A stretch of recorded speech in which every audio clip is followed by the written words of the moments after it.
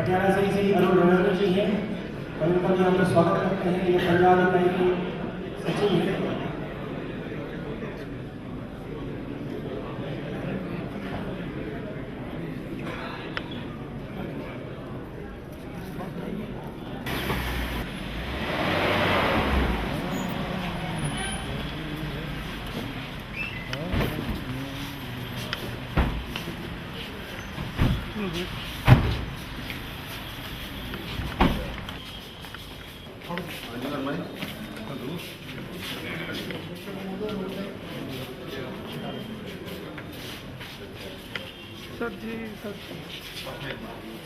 अपने सीटों से खड़े होकर इस देश का 71 राज्यों में से राज्य बन चुका है। उनके साथ जोशी जी जो हमारे पंजाब के उद्योग मंत्री हैं वो भी उनके साथ हैं। उनका भी तालियों के साथ जोरदार स्वागत हो जाए। अनिल जोशी जी, मैं आप लोगों को बता दूं देश के सुदूर भागों से आए हुए ये इतने डायनामिक हमारे उद्योग मंत्री हमें मिले हैं कि उन्होंने ये सोच लिया है कि पंजाब के उद्योग को एक नया स्वरूप प्रदान कर देंगे आने वाले दिनों में। मैं एक बार पुनः आप सभी की तरफ से श्री प्रेम कुमार जी धूमल, मुख्यमंत्री हिमाचल प्रदेश सरकार, यहाँ पर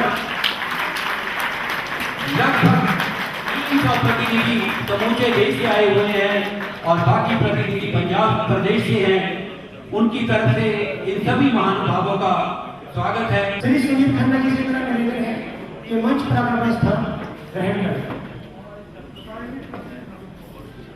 अब हम अपनी प्राचीन भारतीय संस्कृति के अनुरूप आज के इस कार्यक्रम का शुभारंभ ज्योति प्रज्वलन से करेंगे।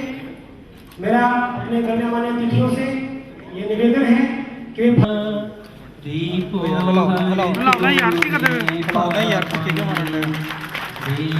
ज्योति नमोस्तुते शुभं करोतु कल्याणं आरोग्यं सुख संपदः देश बुद्धि विनाशाय आत्मज्योति प्रदीप्ताय ब्रह्म ज्योति नमोस्तुते। मातृ प्रणाम 1 2 3। इनको पकड़ा लिया सर, हाथ रख लिया सर, सारे हाथ रख लो। मैंने भाई हाथ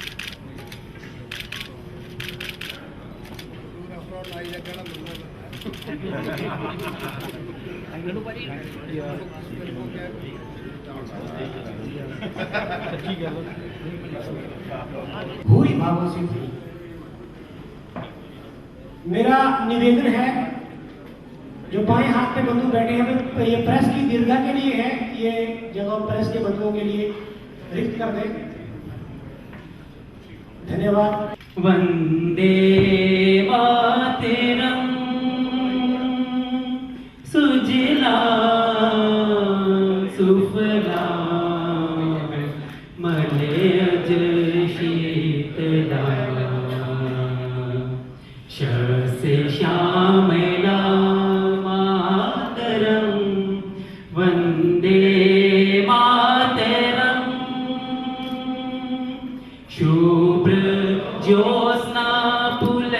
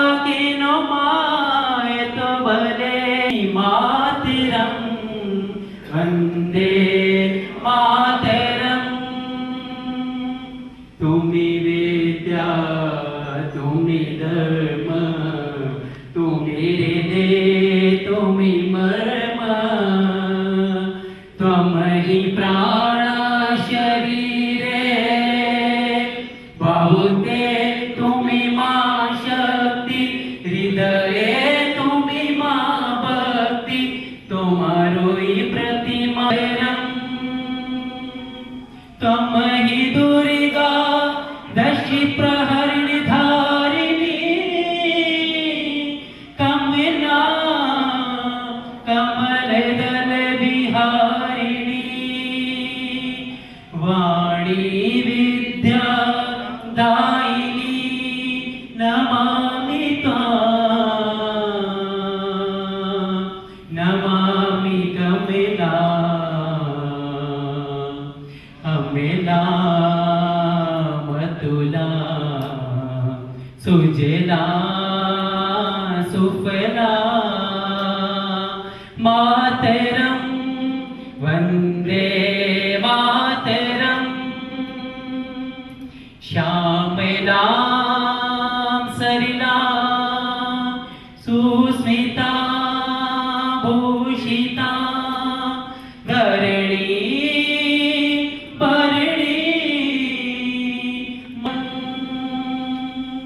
वन्दे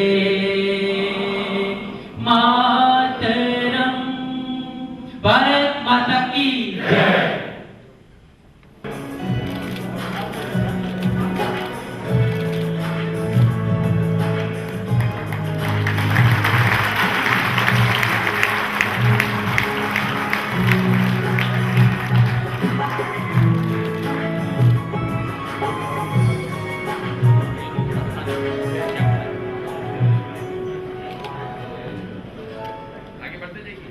अब मेरा निवेदन है मध्य प्रदेश के अध्यक्ष श्री उल्हास वैद्य जी से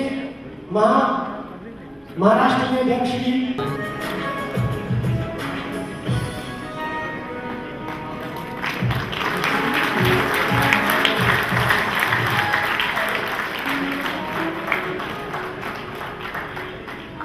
अब मैं निवेदन करता हूं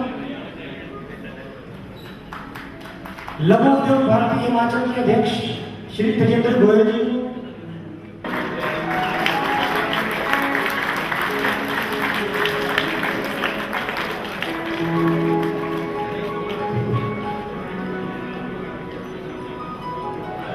अब मैं निवेदन करता हूं लघु उद्योग भारती पंजाब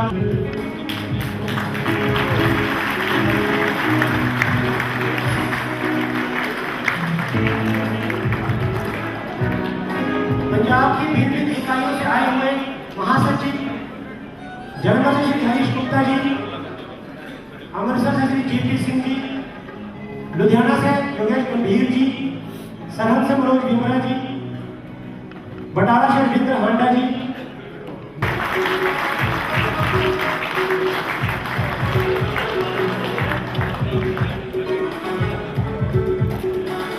हमें निवेदन करता हूँ श्री ऋषि अरोड़ा जी और अमृतसर की सुकून इकाई से कि हमारे प्रदेश अध्यक्ष श्री दिनेश लाड़ा जी को पुष्प भेंट कर उनका हार्दिक स्वागत।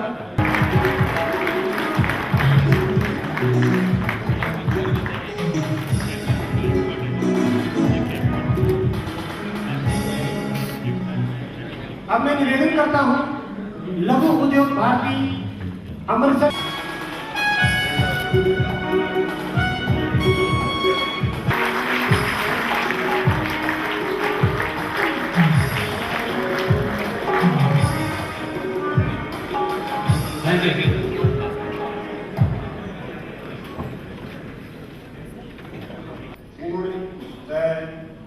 कार्य है और देश के इसका संपर्क है और 125 शहरों में पूर्ण इकाई है। इतना बड़ा संगठन इस स्वरूप के अंदर आज हम इस अमृतसर के शहर में देख रहे हैं। वास्तव में इस संगठन को खड़े करने में काफी बाधाएं, काफी संघर्ष, कई लोगों के जीवन के साथ पूर्णतया उन्होंने जीवन सदैव भी उन्होंने इसमें दिया है। मैं याद भी करूंगा लाला बलवंत राय जी गुप्ता का दिख रहा है, उसमें लाला जी का खूब जबरदस्त सहयोग रहा है, मैं उनको इस समय जरूर याद करूँगा। वास्तव में 1994 के अंदर लघु उद्योग भारती की स्थापना हुई, उसके बाद में सतत हम गवर्नमेंट से संपर्क में रहे। लघु उद्योग भारती के माध्यम से 1996 के अंदर प्रथम बार जब अटल बिहारी वाजपेयी जी प्रधानमंत्री श्री अटल वाजपेयी जी की सरकार बनी, तब 2 साल के प्रयास से ही लघु उद्योग भारती के लोगों ने ये कहा कि देश के लघु उद्यमी वर्गों के लिए वास्तव में कोई सुनने वाला नहीं है। बड़े उद्योगपतियों की बात उनके यहाँ बड़ा सिस्टमेटिक ढंग से कार्य प्रणाली चलता है, बहुत बड़ा स्टाफ रहता है, वो अपनी बात बहुत जल्दी सरकार तक पहुंचाते हैं। लेकिन इन छोटे छोटे उद्योगपतियों के लिए तो जो एक ही मन में जो रहता है वो अपना उद्यम नहीं संभालता है, इसलिए समस्याओं का निवारण करने के लिए कोई जगह नहीं है। उसकी मांग को लेते हुए हमने खूब प्रयास किया। माननीय श्री अटल बिहारी वाजपेयी जी ने हमारी बात को माना और 1996 के अंदर प्रथम बार जब उनकी सरकार बनी तो लघु उद्योग मंत्रालय की घोषणा श्रीमान वाजपेयी जी ने की और प्रथम बार वास्तव में मुख्यमंत्री वसुंधरा राजे सिंधिया वो प्रथम लघु उद्योग मंत्रालय का कार्यभार उनके पास में रहा हुआ।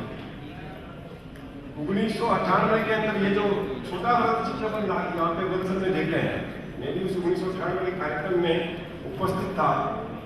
सप्रू हाउस में ये कार्यक्रम हुआ और माननीय प्रधान हमारे पूर्व अध्यक्ष माननीय विनोद कुमार जैन जी,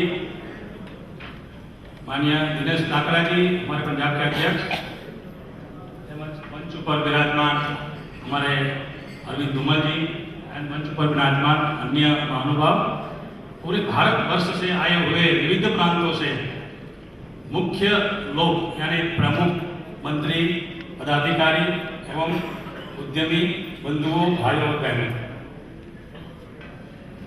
लघु उद्योग भारती अखिल भारतीय संगठन है। लघु उद्योग भारती के क्या क्या अचीवमेंट्स है, माननीय हमारे ओम प्रकाश मित्तल जी, हमारे महामंत्री जी ने आपको सुना है। हम किस इश्यू को लेकर अभी चल रहे हैं वो भी मैं आपका थोड़ा ध्यान केंद्रित करना चाहता हूँ। हमारे बहुत से प्रश्न प्रॉब्लम्स है, मगर कुछ 1-2 प्रश्न को जिसको हमने फोकस किया है, कंसंट्रेट किया है, वो है हमारा सबसे बड़ा प्रॉब्लम है funding for SME, MSME, finance. MSME का सबसे बड़ा कोई प्रॉब्लम है तो एक फाइनेंस है। MSME का दूसरा कोई अगर प्रॉब्लम है तो वो है स्किल मैन पावर। हमारे पास जब एक्सपीरियंस वाला कारीगर बनता है, एक्सपीरियंस वाला वर्कर बनता है तो जंप मार के बड़ी इंडस्ट्री में 2 गुना 3 गुना तनख्वाह से वो चला जाता है। उसको हम अच्छी तरह से ट्रेनिंग देते हैं, अच्छी तरह से प्रोडक्शन करता है, बाद में हमारे से 2 गुनी तनख्वाह कर मांगते तो हम दे नहीं पाते क्योंकि हमारी वो गुंजाइश नहीं होती, हमारी वो कैपेसिटी नहीं होती। आप सबका एक्सपीरियंस होगा, आप हर साल 2-3 वर्कर को रखते होंगे, साल भर में वो डिमांड करता होगा कि मुझे 10 दो या 15 दो। आप कहेंगे मैं 5 का 7 दे सकता हूँ, 8 दे सकता हूँ, मगर 10 या 12 में नहीं दे सकता हूँ, वो चला जाएगा। तो आपने उसको पूरे साल भर ट्रेनिंग दी, वो ट्रेनिंग का ट्रेनिंग चार्ज कौन देगा, उसका कंसल्टेंसी फीस कौन देगा?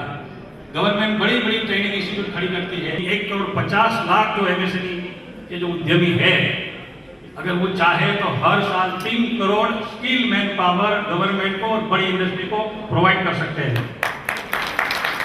अगर उसका एक वर्कर के दिन 1-1 लाख रुपया दिया जाए तो मैं 2 वर्कर को अगर ट्रेन करता हूं तो मुझे 2 लाख रुपया हर साल मिलना चाहिए, ताकि मैं 40,000 करोड़ जो था उसका 60,000 करोड़ करने वाले हैं।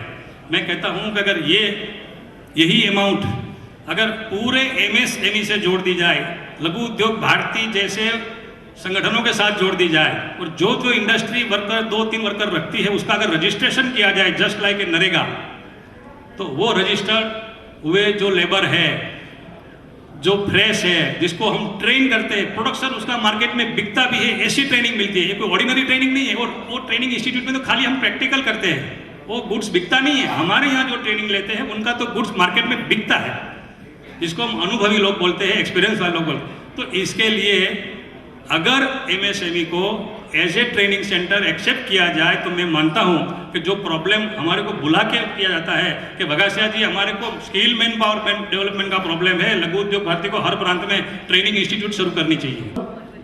जिन्होंने बहुत ही प्रभावशाली ढंग से लघु उद्योग भारती की देश भर की गतिविधियों को, इसके दृष्टिकोण को हमारे समक्ष प्रस्तुत किया।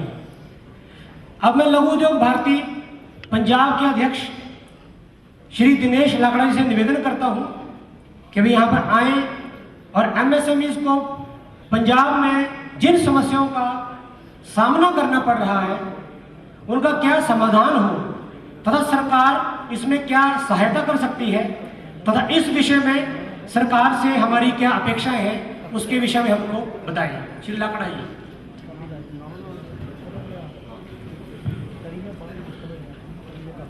मैं सर्वप्रथम हमारे मुख्य अतिथि श्री प्रेम कुमार जी धूमल, चीफ मिनिस्टर हिमाचल प्रदेश, यहाँ पे आने के उनका बहुत बहुत हार्दिक अभिनंदन करते हुए श्री अनिल जोशी जी, हमारे अमृतसर के पंजाब के इंडस्ट्री मिनिस्टर और बहुत ही डायनामिक और जिसको कहूँगा जुझारू हमारे इंडस्ट्री मिनिस्टर पंजाब के, उनका अभिनंदन।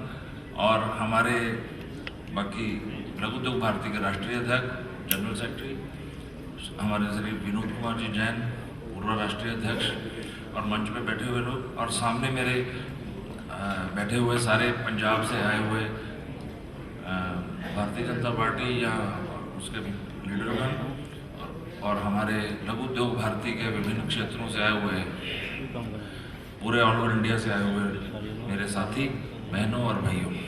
पॉलिसी कोई नहीं है। आज हम प्रतिस्पर्धा जो करते हैं वो चाइना के साथ, बांग्लादेश के साथ या हमारे पड़ोसी पाकिस्तान के साथ, ये सब वो कंट्रीज हैं जिसके अंदर उनकी अपनी मैन्युफैक्चरिंग पॉलिसीज हैं। भारतीय गवर्नमेंट ने पिछले उसके लिए हम अपना ड्यूटी जो है वो कोई नहीं लगाएंगे, duty free imports from Bangladesh, जिसके अंदर होने का लग पड़ा हमारे अपने लघु उद्यमी हिंदुस्तान के जो प्रोडक्ट बना रहे थे, खासतौर पर टेक्सटाइल प्रोडक्ट बनाने वाले व्यक्ति, तो लेबर का रेट है आज इंडिया की, हमारी जो मिनिमम वेज है वो किसी भी नॉर्दर्न इंडियन स्टेट के अंदर या पूरे भारतवर्ष में लेके चले तो लगभग 4500 रुपए से 5500 रुपए के बीच उसको वेरी करते हैं, जबकि बांग्लादेश के अंदर 2800 रुपए भारतीय करेंसी के मुताबिक अगर देखा जाए तो देश के अंदर इस तरह की समस्याओं का निदान करने के लिए इलेक्ट्रिसिटी डिपार्टमेंट के अंदर हमारी लघु उद्योग भारती या अन्य औद्योगिक संगठनों का हमारे को जो है वो पूरा प्रेजेंस इन गवर्नमेंट पॉलिसीज वो हो।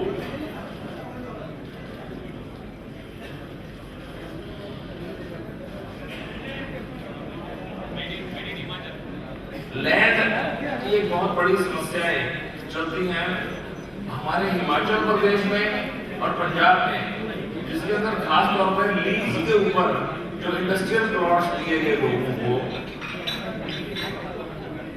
आज से कुछ साल पहले जब उन लोगों को लीज होल्ड प्लॉट टाउनशिप है उसके लीज होल्ड राइट्स जो हैं वो लेकर के बैठे हैं लोग, वो फ्री होल्ड लोगों का जाल बिछा हुआ है, इसीलिए यहाँ पर समृद्धि रही है, उन्नति रही है।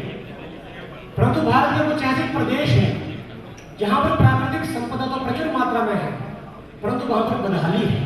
इसी एक तथ्य से समाज और देश के निर्माण में लघु उद्योगों का हमें योगदान का पता चल जाता है। अमेरिका के राष्ट्रपति बराक ओबामा ने भी कहा है कि लघु उद्योग अर्थव्यवस्था के इंजन होते हैं। अकेले अमेरिका में ही लघु उद्योगों ने 65% से अधिक उद्योग भारती दे जी नैशनल कन्वेंशन अमृतसर से रखी गई। सब तो पहला मैं श्री प्रेम कुमार जी धूमल, चीफ मिनिस्टर हिमाचल प्रदेश, ਜਿਹੜੇ ਅੱਜ ਦੇ ਮੁੱਖ ਅਤਿਥੀ ਆ, ਉਹਨਾਂ ਦਾ ਹਾਰਦਿਕ ਸਵਾਗਤ ਕਰਦਾ ਆਪਣੇ ਸ਼ਹਿਰ 'ਚ, ਕਿਉਂਕਿ ਇਹ ਮੇਰੀ ਕੌਂਸਟੀਟੂਐਂਸੀ ਵੀ ਆ, ਮੇਰਾ ਸ਼ਹਿਰ ਵੀ ਆ ਤੇ ਉਦਯੋਗ ਦੇ ਨਾਲ ਸੰਬੰਧਿਤ ਅੱਜ ਇਹ ਪ੍ਰੋਗਰਾਮ ਵੀ ਹੋ ਰਿਹਾ। ਇਸ ਕਰਕੇ ਅਸੀਂ ਇਹਨਾਂ ਦੇ ਕੋਟੀ ਰਿਣੀ ਆ ਕਿ ਇਹਨਾਂ ਨੇ ਇੱਥੇ ਆ ਕੇ ਸਭ ਦਾ ਮਾਰਗਦਰਸ਼ਨ ਅੱਜ ਕਰਨਾ। ਇਸ ਤੋਂ ਇਲਾਵਾ Shri Vaju Bhai Bagasiya ji India president, national president Laghu Udyog Bharati, Shri OP Mittal ji national general secretary, Shri Vinod Jain ji national past president, Shri Dinesh Lakra ji president Punjab state, Shri Arvind Dhumal ji general secretary Punjab, Shri Sameer Khanna ji president Amritsar unit और all India delegates of Laghu Udyog Bharti सब का हार्दिक स्वागत अभिनंदन इस गुरु की नगरी मैनू ये भी आस है कि तुसी इत्थे पूरी दुनिया तो लोग आते हैं गुरु महाराज के दर्शन करन आशीर्वाद लैन। तुसी स्वर्ण मंदिर जरूर गए होगे तो तुसी अपने संगठन वास्ते नाल ही अपने परिवार वास्ते सुख शांति वास्ते प्रार्थना भी जरूर की होगी। मैं ये भी गुरु महाराज के चरणों च अरदास करदा कि तुहाडी ये प्रार्थना पूरी होवे, तुहानू गुरु महाराज जी का आशीर्वाद मिले। साडे बहुत ही मानयोग श्री कश्मीरी लाल खन्ना जी जलंधर तो वो भी सानू आशीर्वाद देन आए आ, मैं उन्हों का भी हार्दिक स्वागत करदा। बाकी अज दे इस प्रोग्राम के मुख बिंदु जिस तरह दसिया कि 18 साल पहला लघु उद्योग भारती की स्थापना इस संस्था की हुई। उस तो बाद बहुत कठिन परिस्थितियों च इस संस्था ने पूरे देश का लघु उद्योग इहदा मार्गदर्शन भी किया। जो लड़ाई केंद्र सरकार दे नाल होर जिथे भी कोई प्रॉब्लम सी लड़न की लोड़ सी, इन्होंने अगवाई करके वो लड़ाई लड़ी। जित हार जिहड़ी आ वो सदा ही बनी रहिंदी आ। कुछ अपनी इच्छा अनुसार हो जाता, कुछ लगातार वो वास्ते संघर्ष चलता रहिंदा है। इस तरह का सिस्टम संसार दे विच कुदरत ने बनाया। सब कुछ अपनी मर्जी नाल नहीं हुंदा, पर संगठन की इच्छा शक्ति होवे, उहदे अधिकारियों की इच्छा शक्ति होवे तो बहुत कुछ किया जा सकता। तो वो प्रवान भी चढ़िया। वो लघु उद्योग भारती ने सब की अगवाई करके इस सैक्टर में MSME सैक्टर में प्रफुल्लित करने दे विच पूरे हिंदुस्तान च पूरा योगदान पाया। या बाकी भी मैंबर साहबान, मेरी अपनी सोच यही है कि MSME को प्रोत्साहन जरूर देना चाहिए। स्मॉल माइक्रो मीडियम ये इंडस्ट्री जिहड़ी है ये पूरे देश की रीढ़ की हड्डी है। ये नाल ही पंजाब की जो मैं गल करा जो मुश्किल मैं आप खुद कई मीटिंगां लघु उद्योग भारती के अधिकारीगण जिहड़े उन्होंने कीतियां। मैं कोशिश की कि इन्हां दी समस्यावां नूं हल कर सकां। एक होर भी मिसाल है, क्योंकि मेरे को टैक्नीकल एजुकेशन डिपार्टमेंट भी है, इंडस्ट्री भी है। इन्हां दा आपसी बहुत मेजर तालमेल है। एक पासे स्किल डेवलपमेंट टैक्नीकल एजुकेशन बच्चों को देनी, दूसरे पासे इंडस्ट्री उन्होंने प्लेसमेंट होनी, उन्होंने रोजगार मिलना।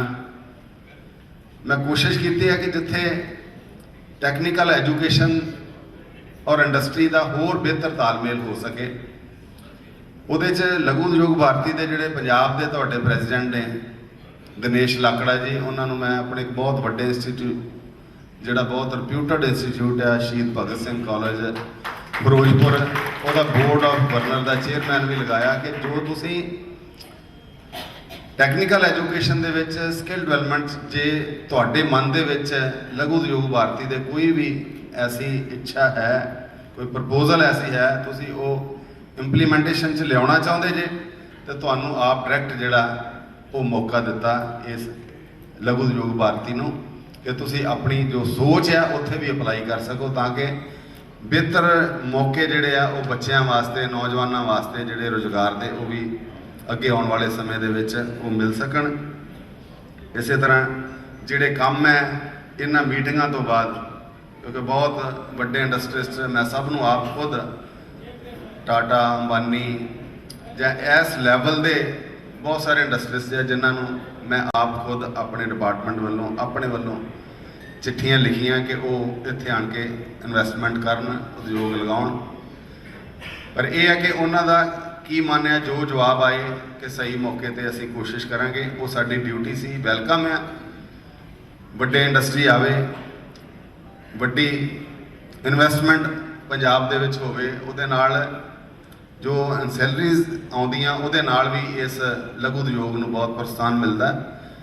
जिस तरह 21,500 करोड़ की बठिंडा रिफाइनरी लगी, ਉਹਦੇ ਨਾਲ ਸਰਕਾਰ ਨੂੰ ਕੀ ਆਉਂਦਾ ਕੀ ਨਹੀਂ ਆਉਂਦਾ, ਜੇ ਉਹਦੇ 'ਚ ਨਾ ਜਾਈਏ ਤੇ ਉਹਦੇ ਨਾਲ ਛੋਟੇ ਯੂਨਿਟ ਜਿਹੜੇ ਜੋ ਲਘੂ ਉਦਯੋਗ ਜਿਹੜੇ ਉੱਥੇ ਲੱਗਣੇ ਆ, ਉਹਦੇ ਨਾਲ ਬੱਚਿਆਂ ਨੂੰ ਰੁਜ਼ਗਾਰ ਵੀ ਮਿਲਣਾ, ਉਸ ਏਰੀਏ ਦੇ ਲੋਕਾਂ ਨੂੰ ਰੁਜ਼ਗਾਰ ਵੀ ਮਿਲਣਾ, ਉਹਦਾ ਇਮੀਡੀਏਟ ਬੈਨੀਫਿਟ ਸਰਕਾਰਾਂ ਨੂੰ ਵੀ ਹੋਣਾ ਸ਼ੁਰੂ ਹੋ ਜਾਂਦਾ। ਮੇਰੀ ਆਪਣੀ ਸੋਚ ਆ ਕਿ ਇਸ ਕੈਟਾਗਰੀ ਦੇ ਉਦਯੋਗ ਜਿਹੜੇ ਆ ਲਘੂ ਉਦਯੋਗ MSME ਵਾਲੇ ਜਿਹੜੇ ਉਸ ਕੈਟਾਗਰੀ ਦੇ ਜਿਹੜੇ ਵੀ ਆਉਂਦੇ ਆ ਸੈਕਟਰ ਦੇ, ਇਹਦੇ ਨਾਲ ਲੱਗਣ ਦੇ ਨਾਲ ਇੱਕ ਤੇ ਲੋਕਲ ਇੰਪਲੋਇਮੈਂਟ ਜਨਰੇਟ ਹੁੰਦੀ ਆ, ਉੱਥੋਂ ਦੇ ਨੌਜਵਾਨਾਂ ਨੂੰ ਉੱਥੋਂ ਦੇ ਬੱਚਿਆਂ ਨੂੰ ਇੰਪਲੋਇਮੈਂਟ ਮਿਲਦੀ ਆ। ਦੂਸਰਾ ਸਰਕਾਰ ਨੂੰ ਇਮੀਡੀਏਟ ਉਹਦੇ ਤੋਂ ਟੈਕਸ ਜੋ ਵੀ ਬੈਨੀਫਿਟ ਹੈ ਉਹ ਆਉਣੇ ਸ਼ੁਰੂ ਹੋ ਜਾਂਦੇ, ਜਿਹੜੇ ਬਹੁਤ ਵੱਡੀ ਇੰਡਸਟਰੀ ਦੇ ਵਿੱਚ 15-15 ਸਾਲ ਇਨਸੈਂਟਿਵ ਉਹਨਾਂ ਨੂੰ ਹੀ ਦੇਈਦੇ ਆ, ਸਰਕਾਰਾਂ ਦਿੰਦੀਆਂ, ਉਹ ਆਪਣੀ ਮਰਜ਼ੀ ਦੇ ਨਾਲ ਇਨਸੈਂਟਿਵ ਤੈਅ ਕਰਦੇ ਆ ਇੰਡਸਟਰੀ ਲਾਉਣ ਵਾਸਤੇ, ਤੇ ਫਿਰ ਉਹਦਾ ਜਿਹੜਾ ਬੈਨੀਫਿਟ ਲੰਬਾ ਜਿਹੜਾ ਉਹ ਉਹਦੇ 'ਚ ਨਹੀਂ ਆ ਪਾਉਂਦਾ ਸਰਕਾਰਾਂ ਨੂੰ ਜਿਹੜੀਆਂ ਸਟੇਟ 'ਚ ਲੱਗਦੀਆਂ। ਪਰ ਉਹਦੇ ਨਾਲ ਮੈਂ ਇਹ ਕਿਹਾ ਜਿਹੜੇ ਛੋਟੇ ਉਦਯੋਗ ਲੱਗਦੇ ਆ ਉਹਦੇ ਨਾਲ ਲਘੂ ਉਦਯੋਗ ਉਹਦੇ ਨਾਲ ਸਟੇਟ ਨੂੰ ਬਹੁਤ ਫਾਇਦਾ, ਇਸ ਕਰਕੇ ਉਹਨਾਂ ਨੂੰ ਵੀ ਅਸੀਂ ਵੈਲਕਮ ਕਰਦੇ ਹਾਂ। ਬਾਕੀ ਜਿਹੜੀਆਂ ਮੀਟਿੰਗਸ ਮੇਰੀਆਂ ਹੋਈਆਂ ਲਘੂ ਉਦਯੋਗ ਭਾਰਤੀ ਦੇ ਜਿਹੜੀ ਟੀਮ ਆ ਉਹਦੇ ਨਾਲ, ਉਹਦੇ 'ਚ ਸਿੰਗਲ ਵਿੰਡੋ ਜਿਹੜੀ ਪ੍ਰਭਾਵੀ ਤੌਰ ਦੇ ਉੱਤੇ ਜ਼ਰੂਰੀ ਸੀ ਸਭ ਤੋਂ, ਅਸੀਂ ਉਹਨੂੰ ਪੂਰੀ ਤਰ੍ਹਾਂ ਜਵਾਬਦੇਹ ਬਣਾਉਣ ਵਾਸਤੇ ਸਿੰਗਲ ਵਿੰਡੋ ਬਿਲਕੁਲ ਪਰਫੈਕਟ, ਜੋ ਸਿੰਗਲ ਵਿੰਡੋ ਨਾ ਤੇ ਪਹਿਲਾਂ ਵੀ ਸੀ, ਸਿੰਗਲ ਵਿੰਡੋ ਪਹਿਲਾਂ ਵੀ ਸੀ ਕਿ ਸਾਰੀਆਂ ਅਪਰੂਵਲ ਉੱਥੋਂ ਮਿਲਣ, ਇੱਕ ਵਿੰਡੋ ਤੋਂ ਲੋਕ ਆਪਣੀ ਫਾਈਲ ਦੇਣ, ਉੱਥੋਂ ਅਪਰੂਵਲਸ ਟੋਟਲ ਮਿਲਣ, ਪਰ ਇਹ ਨਹੀਂ ਸੀ ਹੋ ਸਕਿਆ। ਇਹਦੀ ਸਿੰਗਲ ਵਿੰਡੋ ਮੈਨੂਅਲ ਸਾਡੀ ਲਗਭਗ ਤਿਆਰ ਆ, ਅਸੀਂ ਇਹਨਾਂ ਦੀਆਂ ਮੀਟਿੰਗਾਂ ਤੋਂ ਬਾਅਦ ਤਕਰੀਬਨ 10-15 ਦਿਨ 'ਚ, ਕਿਉਂਕਿ ਸਾਡੇ ਨਾਲ ਇਹ ਸਾਰੀ ਟੀਮ ਜਿਹੜੀ ਆ ਸਟੇਟ ਦੀ, ਸਾਡੀ ਸਟੇਟ ਦੀ, ਉਹ ਹਮੇਸ਼ਾ ਹੀ ਤਾਲਮੇਲ 'ਚ ਆ। ਇੰਨੀ ਦੇਰ ਦੇ ਵਿੱਚ 3-4 ਮਹੀਨੇ ਦੇ ਵਿੱਚ ਮੇਰੇ ਖਿਆਲ ਸਾਡੀਆਂ ਦਰਜਨ ਤਕਰੀਬਨ ਜਿਹੜੀਆਂ ਮੀਟਿੰਗਾਂ ਹੋਈਆਂ, ਜਿਹਦੇ 'ਚ ਇਹਨਾਂ ਕੋਲ ਜੋ ਮੈਂ, ਕਿਉਂਕਿ ਮੇਰੇ ਵਾਸਤੇ ਵੀ ਇਹ ਨਵਾਂ ਵਿਸ਼ੇ ਸੀ, ਮੈਂ ਜੋ ਸਿੱਖ ਸਕਣ ਦੀ ਕੋਸ਼ਿਸ਼ ਕੀਤੀ ਇਹਨਾਂ ਕੋਲ ਸਿੱਖਣ ਦੀ, ਜੋ ਇਹਨਾਂ ਦੇ ਵਿਊ ਸਨ ਸਹੀ, ਉਹ ਅਸੀਂ ਇੰਪਲੀਮੈਂਟੇਸ਼ਨ 'ਚ ਲਿਆਂਦੇ, ਤੇ ਸਿੰਗਲ ਵਿੰਡੋ ਸਾਡੀ ਮੈਨੂੰ ਲਗਭਗ ਤਿਆਰ ਆ। ਉਹਦੇ 'ਚ ਟੋਟਲ ਇੱਥੇ ਪ੍ਰੋਜੈਕਟ ਦੇ ਸਕਦੇ ਨੇ, ਇਸ ਤੋਂ ਉੱਪਰ 5 ਕਰੋੜ ਤੋਂ ਉੱਪਰ ਇੰਡਸਟਰੀ ਆਫਿਸ ਚੰਡੀਗੜ੍ਹ ਮੇਨ ਉਦਯੋਗ ਭਵਨ ਆ, ਉੱਥੇ ਅਸੀਂ ਉਦਯੋਗ ਸਹਾਇਕ ਨੂੰ ਵੀ ਬਹੁਤ ਇਫੈਕਟਿਵ ਬਣਾ ਰਹੇ ਹਾਂ, ਉਹਦੀ ਅਪਗ੍ਰੇਡੇਸ਼ਨ ਵੀ ਕੀਤੀ, ਉਹਦਾ ਅਪਲਿਫਟਮੈਂਟ ਵੀ ਕੀਤੀ, ਉਹਨੂੰ ਬਹੁਤ ਸਾਫ਼ ਸੁਥਰਾ ਬੈਠਣ ਵਾਸਤੇ ਸਹੀ ਜਗ੍ਹਾ ਵੈਲਕਮ ਕਰਨ ਵਾਸਤੇ ਉੱਥੇ, ਉਹ ਵੀ ਤੁਹਾਡੀ ਸਲਾਹ ਨਾਲ ਇਸ ਟੀਮ ਦੀ ਨਾਲ, ਕਿ ਜਿਹੜਾ ਪੰਜਾਬ ਦੇ ਵਿੱਚ ਸਭ ਤੋਂ ਇਫੈਕਟਿਵ ਆਫੀਸਰ ਇੰਡਸਟਰੀ ਡਿਪਾਰਟਮੈਂਟ, ਜਿਹੜਾ ਡਿਪਾਰਟਮੈਂਟ ਕੋਈ ਆਬਜੈਕਸ਼ਨ ਨਹੀਂ ਲਾਉਂਦਾ, ਕੋਈ ਵੀ ਡਿਪਾਰਟਮੈਂਟ ਜਿਹੜਾ ਇਹਦੇ ਨਾਲ ਰਿਲੇਸ਼ਨ ਰੱਖਦਾ, ਰਿਲੇਟਡ ਹੈ, ਜੇ ਕੋਈ ਆਬਜੈਕਸ਼ਨ ਨਹੀਂ ਲਾਉਂਦਾ ਤੇ 1 ਮਹੀਨੇ ਦੇ ਵਿੱਚ ਉਹਦੀ ਅਪਰੂਵਲ ਵੀ ਨਹੀਂ ਆਉਂਦੀ, ਅਸੀਂ ਡੀਮਡ ਅਪਰੂਵਲ ਇੰਡਸਟਰੀ ਡਿਪਾਰਟਮੈਂਟ ਵੱਲੋਂ ਆਪਣੇ ਵੱਲੋਂ ਦੇਵਾਂਗੇ, ਕਿਤੇ ਜਾਣ ਦੀ ਲੋੜ ਨਹੀਂ, ਕੋਈ ਕਨੈਕਸ਼ਨ ਦਾ ਚੱਕਰ ਨਹੀਂ, ਕੋਈ ਹੋਰ ਤੁਹਾਨੂੰ ਦਿੱਕਤ ਨਹੀਂ ਉਹਦੇ 'ਚ ਆਊਗੀ। ਇਸੇ ਤਰ੍ਹਾਂ ਲੈਂਡ ਬੈਂਕ ਜਿਹੜੀ ਆ ਉਹ ਵੀ ਅਸੀਂ ਬਣਾਉਣ ਦੀ ਕੋਸ਼ਿਸ਼ ਕੀਤੀ, ਕਿਉਂਕਿ ਸਭ ਤੋਂ ਮੁਸ਼ਕਲ ਜਿਹੜੀ ਪੰਜਾਬ 'ਚ ਆ ਕਿ ਲੈਂਡ ਬਹੁਤ ਘੱਟ ਆ, ਬਹੁਤ ਕਾਸਟਲੀ ਲੈਂਡ ਆ ਇੰਡਸਟਰੀ ਵਾਸਤੇ, ਜਿਹੜੀ ਉਹ ਜ਼ਮੀਨ ਸਭ ਤੋਂ ਜ਼ਰੂਰੀ ਆ ਸਭ ਤੋਂ ਪਹਿਲਾਂ, ਤੇ ਕਾਸਟਲੀ ਜ਼ਮੀਨ, ਉਪਜਾਊ ਜ਼ਮੀਨ ਹੋਣ ਕਰਕੇ ਅਸੀਂ ਕੰਢੀ ਏਰੀਆ, ਹੋਰ ਮੰਡ ਦਾ ਏਰੀਆ, ਥੋੜਾ ਬਹੁਤਾ ਨੀਮ ਪਹਾੜੀ ਏਰੀਆ, ਉਹਦੇ 'ਚ ਕੋਸ਼ਿਸ਼ ਕੀਤੀ ਕਿ ਅਸੀਂ ਜਾਂ ਪੰਚਾਇਤੀ ਜ਼ਮੀਨਾਂ ਕਿ ਉਹ ਲੈਂਡ ਬੈਂਕ ਇੱਕ ਵੱਡਾ ਬਣਾਈਏ, ਤੇ ਉਹ ਵੀ ਅਸੀਂ ਆਪਣੇ ਪ੍ਰਪੋਜ਼ਲਸ ਕੇ ਜਦੋਂ ਵੀ ਕੋਈ ਇੰਡਸਟਰੀ ਸਾਡੇ ਕੋਲ ਆਵੇ ਅਸੀਂ ਆਪਣਾ ਉਹਦਾ ਬਿਊਰਾ ਦੇ ਸਕੀਏ, ਕਿ ਸਾਡੇ ਕੋਲ ਪ੍ਰਿੰਸੀਪਲ ਸੈਕਟਰੀ ਉਸ ਡਿਪਾਰਟਮੈਂਟ ਦੇ ਜਿਹੜੇ ਉਹਨਾਂ ਨੂੰ ਵੀ ਬੁਲਾ ਕੇ ਇੱਕ ਮੰਥਲੀ ਮੀਟਿੰਗ ਉਹ ਤੈਅ ਕੀਤੀ ਕਿ ਬਾਕੀ ਡਿਪਾਰਟਮੈਂਟਾਂ ਦੀਆਂ ਜਿਹੜੀਆਂ ਮੁਸ਼ਕਲਾਂ ਉਹ ਵੀ ਹੱਲ ਕਰਵਾ ਕੇ, ਇੰਡਸਟਰੀ ਡਿਪਾਰਟਮੈਂਟ ਦੀਆਂ ਖੁਦ ਹੱਲ ਕਰਕੇ, ਤੇ ਇਹਨਾਂ ਨੂੰ ਆਪਣੇ ਆਫਿਸਰਾਂ ਦੀ ਜਵਾਬਦੇਹੀ ਤੈਅ ਕੀਤੀ ਜਾਵੇ। ਸਾਰੇ GM ਜਿਹੜੇ ਜਨਰਲ ਮੈਨੇਜਰ, DIC, ਉਹਨਾਂ ਸਭ ਨੂੰ ਹਦਾਇਤ ਕੀਤੀ ਹੈ ਕਿ ਕਿਤੋਂ ਵੀ ਕੋਈ ਕਰਪਸ਼ਨ ਦੀ ਸ਼ਿਕਾਇਤ, ਕਿ ਕਿਸੇ ਦਾ ਸ਼ੋਸ਼ਣ ਹੋ ਰਿਹਾ, ਕਿਸੇ ਨੂੰ ਫੇਰੇ ਮਰਵਾਏ ਜਾ ਰਹੇ ਆ, ਕਿਸੇ ਨੂੰ ਲਾਰੇ ਲਾਏ ਜਾ ਰਹੇ ਆ, ਚੱਕਰ ਮਰਵਾਏ ਜਾ ਰਹੇ ਆ, ਇੱਕ ਸਿੰਗਲ ਵੀ ਸ਼ਿਕਾਇਤ ਆ ਗਈ ਤੇ ਉਹਦਾ ਕੋਈ ਇਲਾਜ ਨਹੀਂ, ਬਚਾਅ ਨਹੀਂ, ਕਿ ਇੱਜ਼ਤ ਮਾਣ ਜਿਹੜਾ ਵੀ ਇੰਡਸਟਰੀਸਟ, ਜਿਹੜਾ ਵੀ ਉਦਮੀ ਆਫਿਸ ਆਵੇ, ਉਹਦਾ ਪੂਰਾ ਇੱਜ਼ਤ ਮਾਣ, ਉਹਦਾ ਕੰਮ ਸੁਣਨਾ, ਜਿਹੜਾ ਉੱਥੇ ਕਰ ਸਕਦੇ ਆ ਇਮੀਡੀਏਟਲੀ ਕਰਨਾ, ਜਿਹੜਾ ਹੈੱਡ ਆਫਿਸ ਨੂੰ ਭੇਜਣ ਵਾਲਾ ਉਹਨੂੰ ਉਸੇ ਤਰ੍ਹਾਂ ਅੱਗੇ ਫਾਰਵਰਡ ਕਰਨਾ, ਤੇ ਉਹਦੀ ਵੀ ਖਿਆਲ ਰੱਖਣਾ ਕਿ ਇਹਦੇ ਕੋਈ ਡਿਲੇ ਨਾ ਹੋਵੇ, ਕਿਤੇ ਫਾਈਲ ਰੁਕੇ ਨਾ। ਇਹ ਸਾਰਾ ਜਿਹੜਾ ਇਹ ਵੀ ਪ੍ਰਬੰਧ ਕੀਤਾ ਗਿਆ। ਇਹ ਨਾਲ ਇਹ ਵੀ ਕਿਹਾ ਗਿਆ ਜਨਰਲ ਮੈਨੇਜਰ ਜਿਹੜੇ ਹੈਗੇ ਆ ਉਹਨਾਂ ਨੂੰ ਕਿ ਤੁਸੀਂ ਆਪ ਖੁਦ ਜਾ ਕੇ ਇੰਡਸਟਰੀ ਡਿਪਾਰਟਮੈਂਟ, ਫੋਕਲ ਪੁਆਇੰਟ ਜਿਹੜੇ ਇੰਡਸਟਰੀਅਲ ਜਿੱਥੇ ਵੀ ਪਾਰਕ ਹੈਗੇ ਆ, ਉੱਥੇ ਜਾ ਕੇ कैंप ला लो, कैंप ला के उन्हों दी समस्यावां सुनो, उन्हों दी मुश्किलां सुनो। इत्थे अंमृतसर दे विच पोल्यूशन का भी असीं कैंप लगाया, जिन्नियां भी मुश्किलां सी पोल्यूशन डिपार्टमेंट दियां तकरीबन कोई कंसेंट लैण वालियां सी, कोई होर छोटियां मोटियां, वो तकरीबन सब दियां जिहड़ियां वो खत्म कीतियां। इस तरह बॉयलर्स, डायरैक्टर बॉयलर्स उहदी डिपार्टमेंट उहदी बड़ी बहुत ज़्यादा शिकायत सी। इक्के वारी हदायत की है, मेरा ख्याल है जिन्नी भी पंजाब की इंडस्ट्री है, मैनू उस तो बाद कोई शिकायत नहीं आई, नहीं तो यही आती सी रोज़ कि उन्होंने रेट एक फिक्स किया वा, कोई चैक नहीं करते बॉयलर को, किसी को कोई देखते नहीं है, सिर्फ पैसे देते हैं, कंसेंट मिल जाती है। तो मैं हुण भी इस पूरी इस मीटिंग दे विच जिथे पंजाब के बहुत सारे इंडस्ट्रीज बैठे हैं, अज भी ये गल कहण नूं तैयार भी कोई भी सिंगल तुहानूं ऐसा करप्शन का मामला कोई बॉयलर डिपार्टमेंट DIC साडे किसी भी डिस्ट्रिक्ट के ऑफिस दे विच किते भी कोई ऐसी तुहानूं शिकायत होवे मेरे तक जरूर पहुँचाओ, क्योंकि मैं खुद डायरैक्ट इंडिविजुअल कोई एक भी उद्यमी एक भी इंडस्ट्रीज जिन्होंने पर्सनल प्रॉब्लम है उन्होंने भी यही कहा सबनों जिथे जिथे भी मैं गया कि सिंगल प्रॉब्लम तुहानूं इंडिविजुअल भी है, मेरे को आके तुसीं अपनी दसो, मैं हल करने की कोशिश करांगा। तो बहुत सारियां हल कीतियां भी गई जी भी, बाकी सारे जिन्ने भी लघु उद्योग भारती के सारे टीम पूरी हिंदुस्तान की जिहड़ी आई है उन्हों का भी वेलकम, बहुत धन्यवाद, नमस्कार।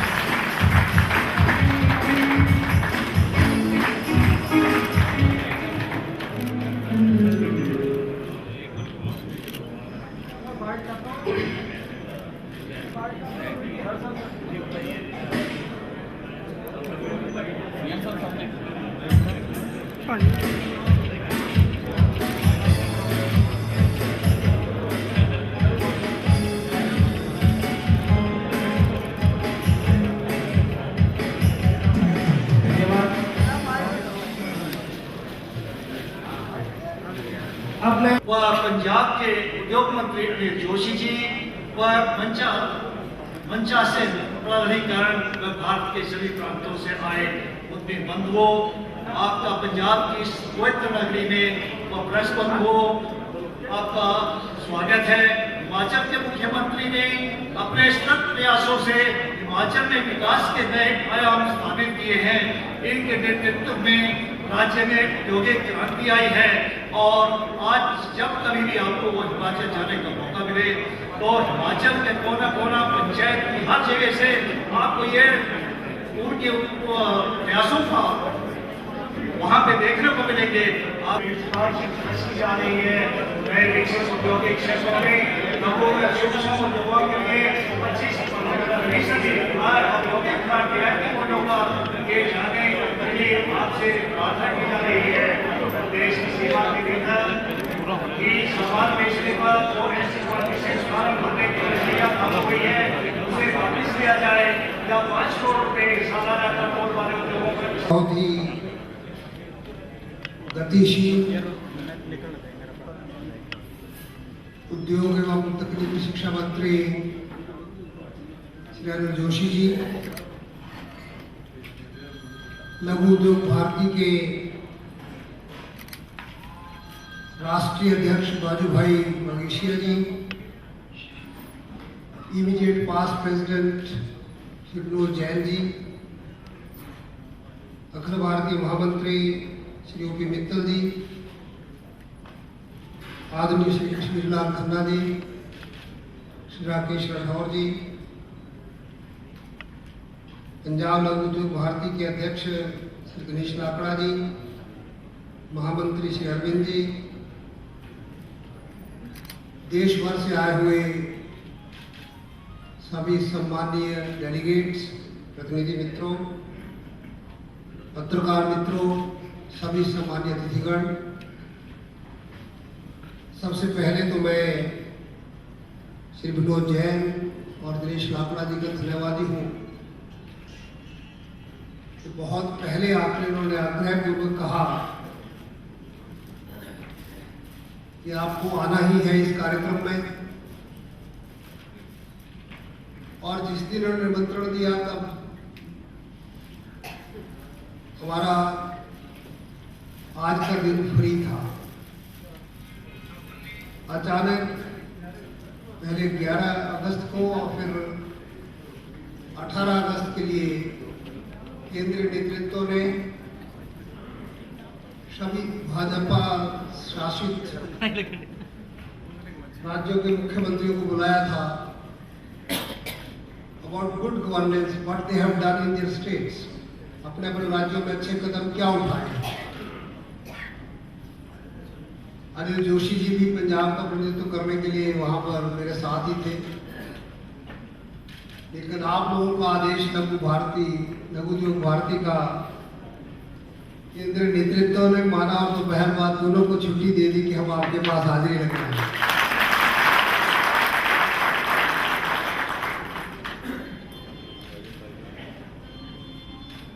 सबसे पहले तो गुरु की नगरी पवित्र नगरी अमृतसर में मैं स्वयं इस धरती को प्रणाम करता हूँ, जो गुरु की नगरी तो है ही।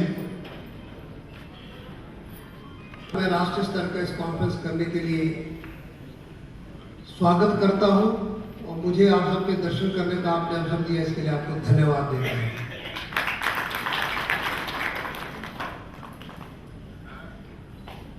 लघु उद्योग का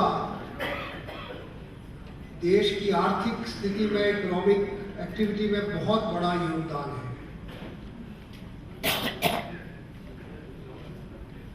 और मैं मानता हूं कि कृषि और कृषि से संबंधित एग्रीकल्चर एंड अलाइड सेक्टर जो है, उसके बाद सबसे ज्यादा रोजगार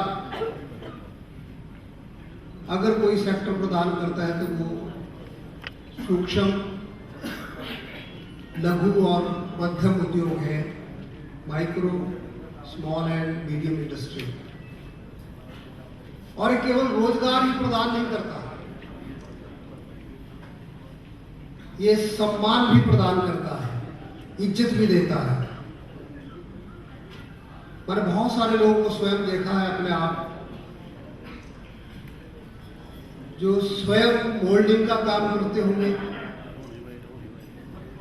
जो एक दो मशीन लगा के मशीन मैन का स्वयं भी काम करते हैं, 2-4 लोगों को और को साथ में रोजगार देकर, स्वयं कारीगर भी है, स्वयं वर्कर भी है, लेबरर भी है, मशीन मैन भी है और उद्योगपति भी है। जो कविता के शब्दों को अरविंद उद्धृत कर रहे थे कि गरीब का श्रम और अमीर का धन, भावना उसकी ये थी, जब मिलकर राष्ट्र निर्माण के लिए काम करें। और हम सब जिस विचारधारा से प्रेरित होकर काम कर रहे हैं, हमारा मूल मातृ संगठन जिस राष्ट्र निर्माण की कल्पना करता है, भारत का जो कल्पना है उनके अनुसार, काम पूरे काम का पूरा लेंगे दाम, काम भी पूरा करेंगे। और 60s में जब स्वर्गीय भक्तराज कृष्ण जी का गठन पंजाब में कर रहे थे, आपके बाद में राष्ट्रीय अध्यक्ष हुए, इसमें से हम जुड़े। भावना पीछे ये है कि चाहे हम उद्यमी हों, चाहे हम कारीगर हों, कामगार हों, उद्देश्य स्पष्ट रहना चाहिए कि अंततः भारत माँ की सेवा करना हमारा उद्देश्य है। भारत सशक्त हो, और सशक्त तब होगा जब हर नागरिक को कोई काम मिलेगा। सही कहा मगेशे जी ने कि बड़े उद्योगों पर तो लाखों करोड़ रुपए, अब कल जो कुछ पार्लियामेंट में आया है, जब तक एक अखबार का हेडलाइन हमने देखा नहीं, तब तक हमें सवेरे तक ही समझ लग रहा था 3,80,000 करोड़ के लिए कितने शून्य लगाएंगे, कितनी जीरो लगेगी तभी लिखा जाएगा।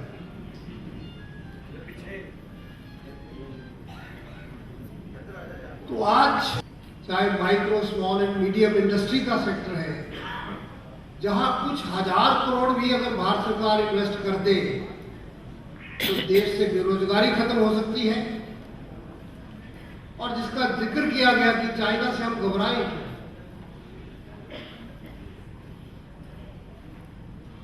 चीन का उद्योग का क्षेत्र हो, रक्षा का क्षेत्र हो,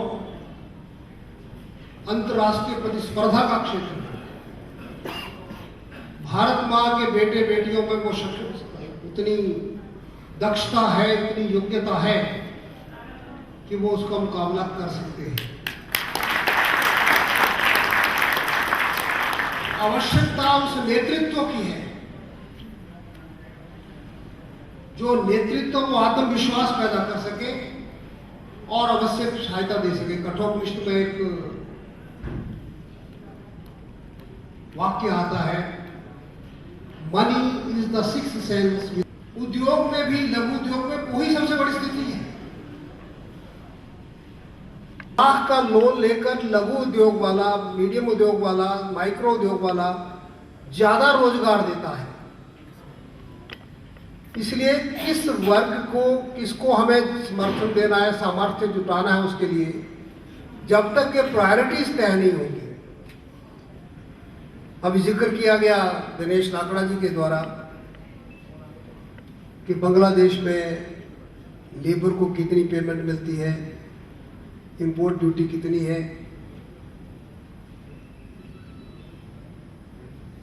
अब जिस चीन से आप कंपटीशन कर रहे हैं वहां मुझे नहीं लगता कोई लेबर लॉ है। वो वामपंथी होने के बावजूद जो डिक्टेटरशिप है वहां पे, जो तानाशाह प्रवृत्ति शासन कर रही है। आपका लैंड एक्विजिशन की अब जो कानून आ रहा है उसके बाद क्या लैंड एक्वायर हो पाएगा किसी इंडस्ट्री के लिए? कृषक का हित भी सुरक्षित रहे। जो अपने अनिल जोशी जी ने बात कही कि हम जो बंजर जमीन है जहां कृषि नहीं हो सकती उसको उद्योग के लिए इस्तेमाल करें। नीति तो इस तरह तय होनी चाहिए। लेकिन मुझे पीछे कोई चीन गए थे, लोगों ने आके बताया कि वहां तो रात को आदेश हो गया कि 3 दिन के अंदर एक गांव सारा खाली हो जाना चाहिए, यहाँ पे उद्योग लगेगा।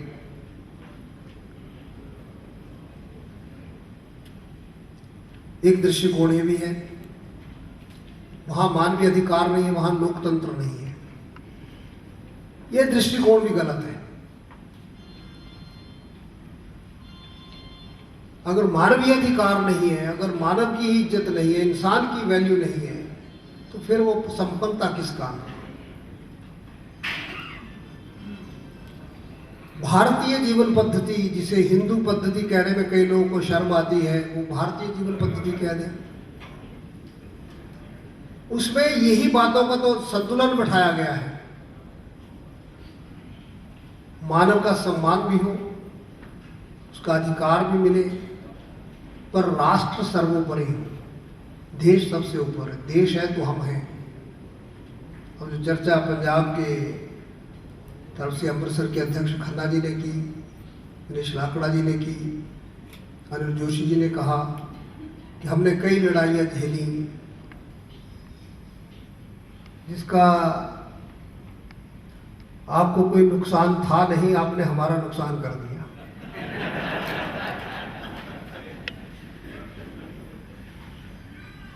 एनडीए की सरकार थी, श्रद्धेय अटल बिहारी वाजपेयी प्रधानमंत्री थे। मैंने उन्हें कहा कि नॉर्थ ईस्ट को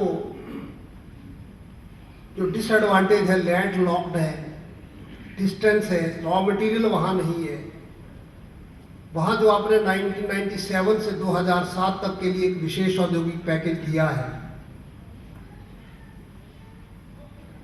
वो हमें भी दो। मैं चाहता तो मैं केवल हिमाचल के लिए मांगता, लेकिन मैंने कहा नॉर्थ ईस्ट की तर्ज पर नॉर्थ वेस्ट को दो। नॉर्थ वेस्ट में आता था उत्तराखंड, कांग्रेस की सरकार थी वहां। हिमाचल में हमारी भारतीय जनता पार्टी की सरकार थी। जम्मू कश्मीर में डॉक्टर फारूक अब्दुल्ला की नेशनल कॉन्फ्रेंस की सरकार थी। 1 दिसंबर 2002 को श्रद्धेय अटल जी हिमाचल में सोलन में आए और वहां उन्होंने कहा मैं 10 साल के लिए ये पैकेज अनाउंस करता हूँ। तीनों राज्यों के लिए किया, तीनों अलग अलग पार्टी की गवर्नमेंट थी। और आप उद्योग मंत्री हैं, अब मैं आपसे कहना चाहूंगा इस भ्रम को मिटाइए। पंजाब का जो एक उद्योग उजड़ के यहां से गया और हिमाचल में लगा होगा, तो मैं स्वयं कहूंगा सब कुछ विड्रॉ कर लो। एक भी इंडस्ट्री पंजाब से उजड़ के या उखड़ के अपना यूनिट बंद करके हिमाचल नहीं गया। टाइम्स ऑफ इंडिया ने ने आपने पैकेज की भी बात की। टाइम्स ऑफ इंडिया ने 2008 अक्टूबर को, जिस दिन बराक ओबामा का रिजल्ट आ रहा था, चंडीगढ़ में एक बहुत बड़ी कॉन्फ्रेंस की थी, जिसमें पंजाब के मुख्यमंत्री भी थे, हरियाणा के मुख्यमंत्री थे, मैं भी आया। खैर वो उलझ गए आप पंजाब हरियाणा के मामले में उस दिन, उसमें वहां पर भी, और वहां पर भी लोगों ने, खड़े होकर उद्योगपतियों ने कहा कि कोई उद्योग पंजाब छोड़कर या हरियाणा छोड़ के हिमाचल नहीं गया। और दूसरी जो बात कही उसकी भी आपको सपोर्ट करता हूं। आपने भी बहुत गुस्सा है, बॉर्डर एरिया की बात हमने कही। जब आप लोग सुप्रीम कोर्ट में गए इस पैकेज के खिलाफ, मैंने स्वयं केंद्र की सरकार को कहा कि हरियाणा का मोरनी हिल का जो एरिया है वो वैसा ही हिल एरिया जैसे हमारा है। पंजाब का धार ब्लॉक जो पठानकोट के पास है वो हिली एरिया है। जो एडवांटेज आप यहां हमें दे रहे हो वही एडवांटेज इनको दे दो। लेकिन आप एक बात इसमें समझिएगा, हमारे कहने के बावजूद पंजाब ने जिद की, पंजाब सुप्रीम कोर्ट गया और केंद्र की यूपीए कांग्रेस सरकार तो पहले ही चाहती थी कि इस एडवांटेज को खत्म किया जाए। आपका बहाना लेकर उन्होंने हमारा पैकेज 3 साल पहले खत्म कर दिया और कहा तुम्हारे एनडीए के पार्टनर ही तुम पंजाब में गवर्नमेंट में हो, तुम्हारे लोग ही तो डिमांड कर रहे हैं, नहीं मिलना चाहिए। और सहयोग से पंजाब के उद्योग मंत्री तब बीजेपी से ही थे। हमने आज भी उद्योग आ रहा है, जो सिंगल विंडो की जो आप बात कर रहे हैं, अभी कल हमारी कैबिनेट मीटिंग थी तो उसके इमीडिएटली बाद हम हमेशा हर कैबिनेट के बाद एक सिंगल विंडो क्लियरेंस करते हैं। एप्लीकेशन एक जगह दे देगा और उसके बाद एक ऑफिसर सब डिपार्टमेंट से एनओसी लेकर, और हर डिपार्टमेंट अपना ऑब्जेक्शन अगर है तो ऑब्जेक्शन लगाएगा, नहीं तो अनापत्ति पत्र देकर उसको क्लियरेंस सिंगल विंडो में हम देते हैं। आज भी सारे देश में सबसे सस्ती बिजली हम दे रहे हैं और सबसे रेगुलर बिजली दे रहे हैं। पीछे आपने भुगता 2 दिन लगातार मदरन ग्रिड का फेलियर,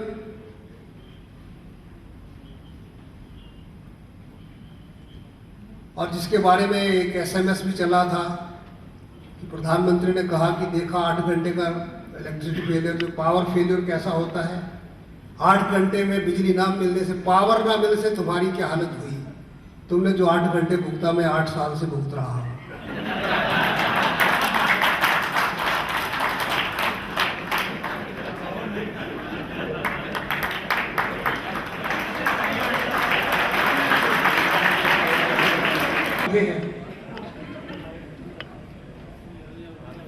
हाइड्रो पावर दे रहे हैं जो इको फ्रेंडली है, इससे कोई पोल्यूशन नहीं होता। थर्मल प्लांट से जो होता है, अन्य जगह से जो होता है। और जब सारा देश दूसरे दिन में अंधकार में था तो मैं बड़े इंटीरियर में था हिमाचल के, मैंने वहां से इलेक्ट्रिसिटी बोर्ड वालों को कहा था हम तो सरप्लस है, सारी बिजली नेशनल ग्रिड में जाती है, वहां से हमारे भी एक दिन अंधकार रहा।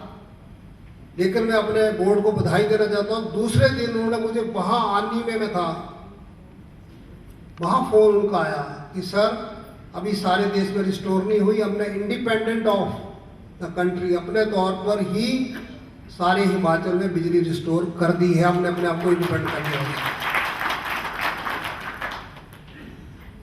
11 तारीख को खबरें आ रही थी, कल परसों फिर खबर थी महाराष्ट्र में 18% रेट फिर बढ़ गया बिजली का। आज की डेट में कहीं से अगर खबर आई है कि बिजली का रेट कम किया तो हिमाचल प्रदेश से आई है। इलेक्ट्रिसिटी ड्यूटी हमने और कम कर दी। नए उद्यमी जो आएंगे उनको 5% और सस्ती बिजली देंगे। इलेक्ट्रिसिटी ड्यूटी का रेट उसमें कम किया है। तो इन कारणों से हमने जितना हमारे पास, तो क्योंकि छोटा स्टेट है और क्षेत्रफल के हिसाब से हम पंजाब से बड़े हैं, हरियाणा से भी बड़े हैं, लेकिन आबादी के हिसाब से कम है, रिसोर्सेज कम है, पहाड़ी क्षेत्र है, तो सुविधाएं अधिक से अधिक देने का प्रयास किया जा रहा है ताकि उद्योग आए और उद्योग इको फ्रेंडली आए, पर्यावरण मित्र जिसको बोलते हैं। क्योंकि हमारी सबसे बड़ी संपत्ति तो पर्यावरण है। अगर हमारा पर्यावरण खराब हो जाता है, एनवायरनमेंट बिगड़ जाता है, तो फिर हिमाचल का नाम खत्म हो जाता है। हिमाचल का सबसे बड़ा गुण तो वो है। मैं आपको एक और बात बताना चाहूँगा। हमने जो प्रयास किए हैं, 7 मार्च 2008 को मैंने पहला बजट इस सरकार का पेश किया था। 8 को मैं सीधा औद्योगिक क्षेत्र जो हमारा बद्दी गुरोटी वाला नालागढ़ का वहाँ गया। 10 बजे हमारी मीटिंग शुरू हुई। मेरे साथ सभी विभागों के अधिकारी थे। उद्योगपतियों ने मुझे पूछा कितना समय आपके पास है। आप तब शर्मा जी आपके लघु उद्योग भारती के अध्यक्ष थे हमारे प्रदेश के। मैंने कहा जितना तुम चाहोगे। 10 बजे के शाम से लेकर शाम के 6 बजे तक हम बैठे। जो समस्या वहां बताई गई हमने उसका मौके पर समाधान किया। उन्होंने कहा हमें इलेक्ट्रिसिटी डिवीजन यहाँ चाहिए। हमने कहा इलेक्ट्रिसिटी डिवीजन आपको यही बना देते हैं।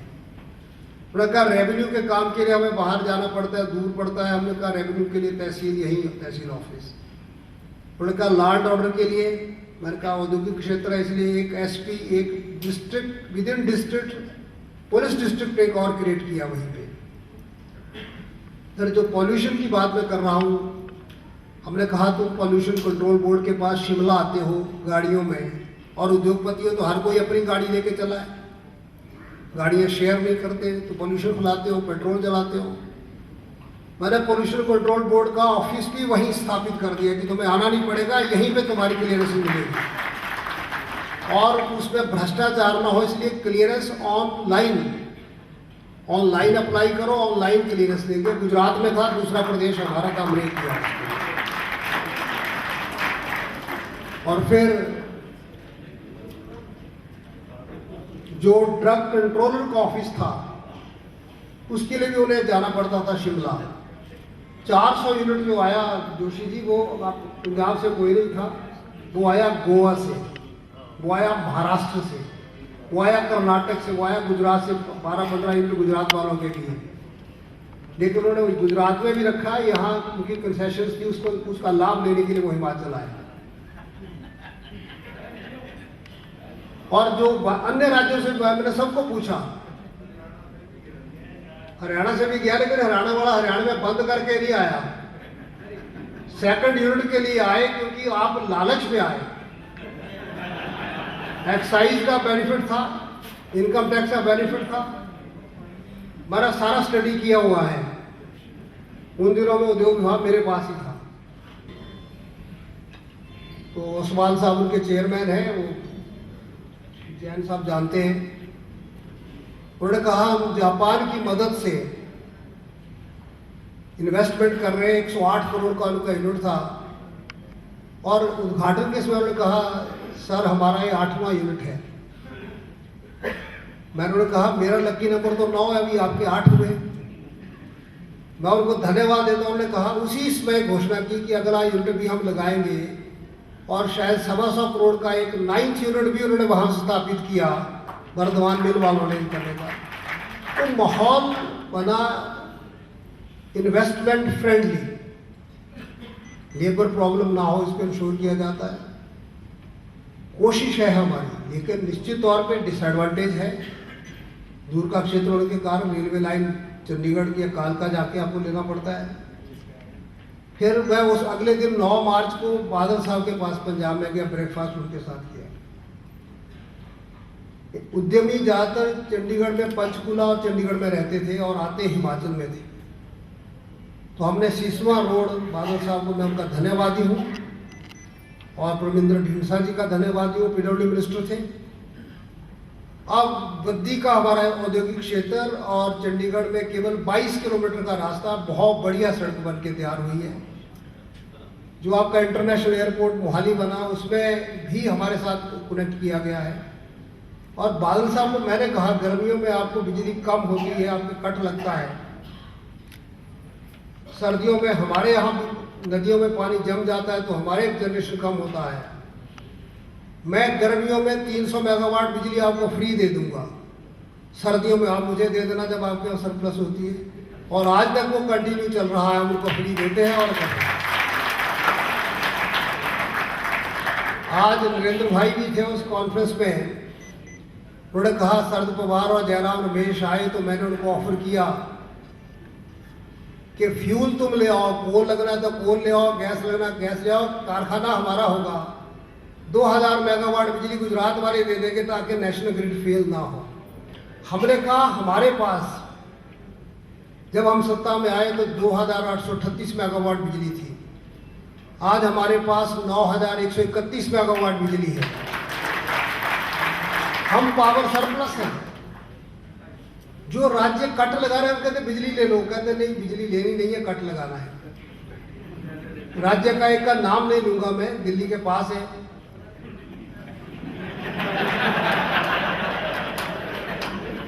सारा industry area diesel generating set पे चल रहा है। कितना डीजल लगता होगा, और मुझे जो बताया गया कैलकुलेट करके, आप उद्योगपति आपको ज्यादा पता होगा, डीजल सेट पे जब आप जनरेट करते हैं पावर तो 12 रुपए से लेके 16 रुपए प्रति यूनिट पड़ता है। ठीक है, और हमसे उनको 4-5 रुपए यूनिट लेने में दिक्कत है। इसलिए जब तक, मैंने इसीलिए शुरू से कहा कि जब तक सोच नहीं होगी,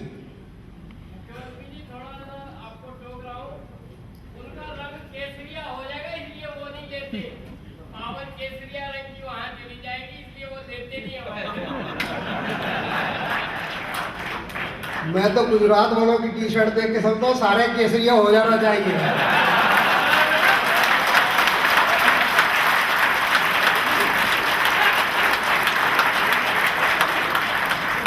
थोड़ा भगत सिंह की धरती पंजाब है, केसरिया बाने की तो रही है। आज नहीं तो कल मित्रों कुछ लोग रुकावटें जरूर खड़ी करेंगे, लेकिन मेरा पक्का विश्वास है अंततः भारत को पूरी तरह से केसरिया ही होना है। इसलिए जो बात मेरे उद्योगपति मित्रों ने हिमाचल से भी कही है, ज़्यादा वहाँ पे 118 के अंदर, लेकिन गवर्नमेंट पहले ही इसको कंसिडर कर रही है कि लीज होल्ड की तलवार जो लटकी रहती है, हालांकि 99 years lease is as good as freehold, लेकिन हम उसको भी खत्म करके हम भी प्रयास करेंगे कि जो उद्योगपतियों ने करोड़ों रुपए इन्वेस्ट कर दिया उनकी अपनी जमीन हो जाए, तो उसके प्रति हम गंभीर हैं, हम इसको करेंगे।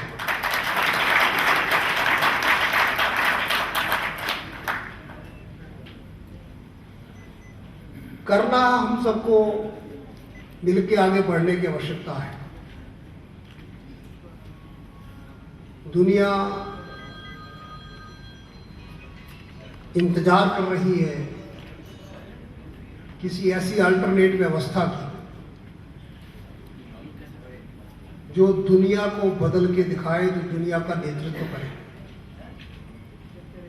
कम्युनिज्म लोगों ने देख लिया है, वो असफल हुआ है। कैपिटलिज्म अमेरिकन स्टाइल का जो था, वो अमेरिका की इकोनॉमी का जो हाल हुआ वो भी आप देख रहे हैं। काश हमारा राष्ट्रीय नेतृत्व हिम्मत वाला होता तो पहले इकोनॉमिक स्लो डाउन को जिस ढंग से भारत ने फेस किया था, वो गति एनडीए सरकार के टाइम की थी। तो श्रद्धेय अटल बिहारी वाजपेयी के नेतृत्व में जो एनडीए सरकार ने शानदार काम किया था, जो 8.5% से ज्यादा जीडीपी उसमें हो गई थी, ये कुछ वर्ष जो गाड़ी चलती रही देश की आर्थिकी की, इसके पीछे श्रद्धेय अटल जी का आशीर्वाद था, उनकी गवर्नमेंट की तपस्या थी, उस कारण से गति में थी। अब अर्थशास्त्रियों की सरकार का आपने रिजल्ट देख लिया क्या हाल है। इनको जब कोई बात होती है कहते गठबंधन की मजबूरी है, तो श्रद्धेय अटल जी के टाइम तो 24 पार्टियों का गठबंधन था।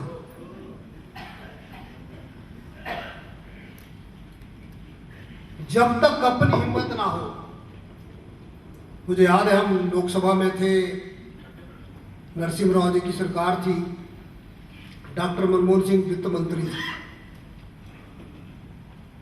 तो ये भी उर्दू के शेर और शायरी बहुत करते थे और उन दिनों हर समस्या का समाधान बोलते थे। वर्ल्ड बैंक करेगा, IMF इंटरनेशनल मॉनेटरी फंड कर देगा।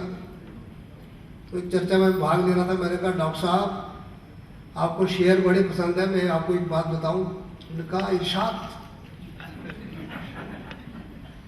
तो मैंने कहा ना IMF कुछ कर पाएगा ना वर्ल्ड बैंक कर पाएगा जब तक अपने देश के लोग कुछ नहीं करेंगे। और मैंने कहा उर्दू का एक शेर है कि मिट्टी जब तक अपना हक अदा ना करे, जमीन से जब तक नहीं होता, तो मिट्टी जब तक अपना हक अदा ना करे, हवाओं की सिफारिशों से गुलाब खिलते रहे। IMF और वर्ल्ड बैंक तब तो साजगार हो सकता है जब आपकी अपनी धरती कुछ अपने अंदर से कुछ जज्बा हो। और सभी आयोजकों का धन्यवाद भी करता हूं। और मुझे कहा गया था कि आप अमृतसर की गर्मी में आने के बाद दर्शन यहाँ करके देवी दर्शन के लिए और प्रकृति की गोद में थोड़ा आनंद लेने के लिए हिमाचल भी आने वाले हो, तो हमारे यहाँ अतिथियों को आमंत्रित करने का रिवाज है। तो जो सब प्रतिनिधि आए मैं सबको आमंत्रित करता हूँ। आपका समय बड़ा कीमती है, व्यस्त भी आप होते हैं, लेकिन इतने दूर सारे देश से चल के आए हो, कुछ किलोमीटर्स आगे बढ़ोगे तो हिमाचल की ठंडी वादियाँ आपका स्वागत करें। टेक्नोलॉजी की ट्रेन पे आ जाओ Himachal and then shift to the BT। 10-15 साल IT का युग है, अल्टीमेटली ये सारी सेंचुरी, ये सारा शताब्दी बायोटेक्नोलॉजी की होगी। और बायोडाइवर्सिटी, सारे देश की बायोडाइवर्सिटी का 7.32% हिमाचल प्रदेश में है। पंजाब जैसा गर्म क्षेत्र भी है, मॉडरेट क्लाइमेट वाला भी है, और दुनिया का कोल्डेस्ट डेजर्ट जो है वो स्पीति का, वो भी हिमाचल प्रदेश में है। और आप आएंगे तो बॉर्डर पे चीन के दर्शन भी करा देंगे, उनके क्या विकास उस तरह वो भी दिखा देंगे। तो आओ, मैं आमंत्रित करता हूँ आपकी इस कॉन्फ्रेंस को। बहुत बहुत शुभकामनाएं, सफल कॉन्फ्रेंस हो।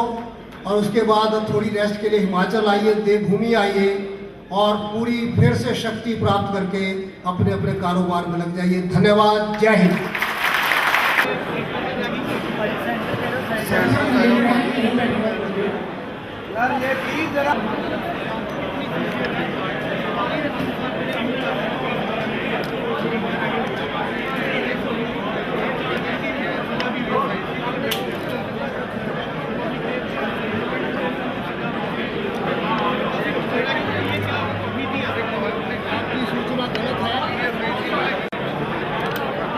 केवल 10 साल से ज़्यादा सजा हुई है, उनके 45 दिन काम किए गए। किसी को पूरी सजा वापस लेना कुछ नहीं होता, और 15 दिन से लेकर 45 दिन तक का काफी बड़ी सजा सबसे पहले कानून हमने ही बनाया है, और उसी के तहत बादल साहब से आपका ब्रेकफास्ट हुआ, और जो आप पंजाब के और हिमाचल के वाटर प्रॉब्लम है, उसके बारे में आपकी एनडीए सरकार भी रही, तो उसका सोल्यूशन कब निकलेगा? आपकी जानकारी गलत है। पंजाब और हिमाचल का वाटर प्रॉब्लम कोई नहीं है, पंजाब और हरियाणा का वाटर प्रॉब्लम है। कई इशूज है, वाटर प्रॉब्लम है, कौन सा बताओ? काफ़ी इशूज है। काफ़ी नहीं, कोई एक बताओ।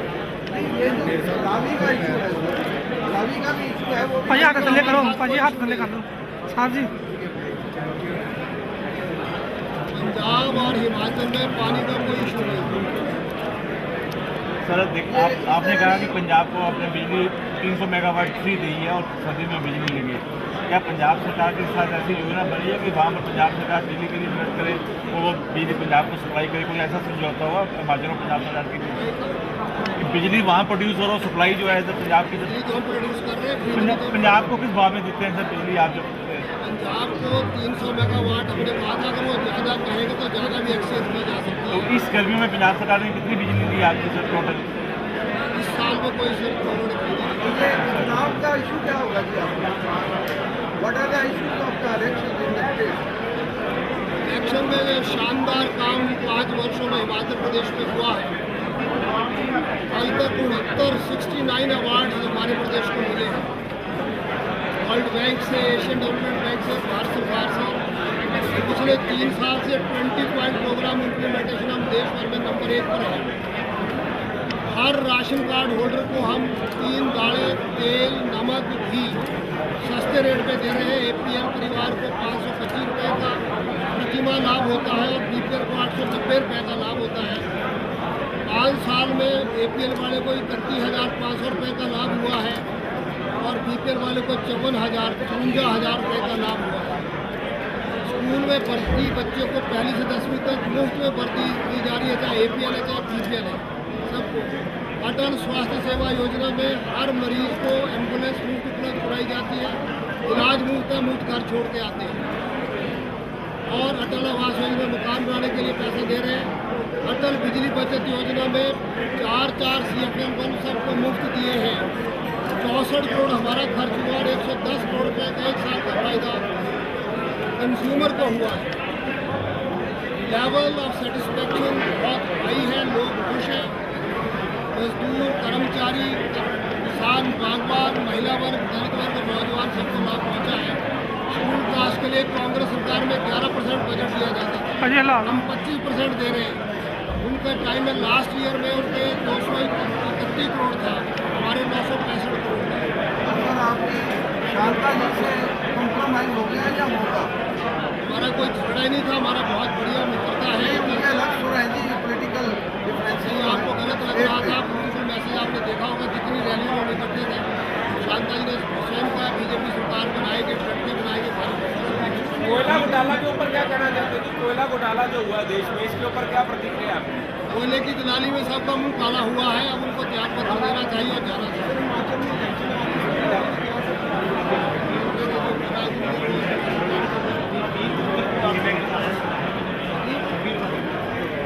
एक जी प्रदेश के वरिष्ठ नेता है, जैसे शांता कुमार जी हमारे मित्र थे, वो कांग्रेस के वरिष्ठ नेता है। हमने उनकी कमान में उनको हराया। 1990 में वो मुख्यमंत्री थे, हराया, उनके 9 MLA चुने गए थे। 1998 में उनको हराया, फिर सरकार बनाई। 2007 में उनको हराया, फिर सरकार बनाई और 1990 में चीफ मिनिस्टर थे, उनको उनकी कंस्टिट्यूशन में हराया। साहब आपने नागदा भाटी प्रोजेक्ट के बाद तो बड़ा प्रोजेक्ट लगाया बिजली की प्रोडक्शन के लिए। नागदा झाकड़ी 1500 मेगावाट का प्रोजेक्ट तो है। नागदा झाकड़ी 1500 मेगावाट का है। पार्वती 2050 मेगावाट का जो लग रहा है, पहला फेज तैयार हुआ। वो कब कंप्लीट होगा? 2-3 महीने में प्रोडक्शन में आ जाएगी। आपका आएगी